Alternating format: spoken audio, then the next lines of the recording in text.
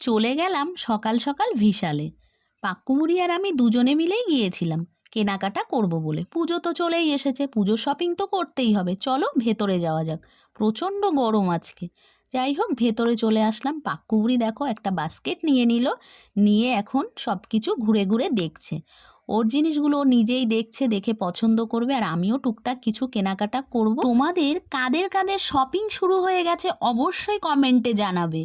এখানে দেখো বাচ্চাদের কত সুন্দর একটা বেড, তার উপরে মশারি। শপিং মলে এসে আমার এক বান্ধবীর সাথে দেখা হয়ে গেল, বেশ ভালো লাগলো ওর সাথে দেখা হয়ে। আর আমি তো ট্রায়াল রুমে ট্রায়াল দিতে ঢুকলাম, আর পাক্কুবুড়ি গরমে বসে বসে খুব কষ্ট পাচ্ছিল।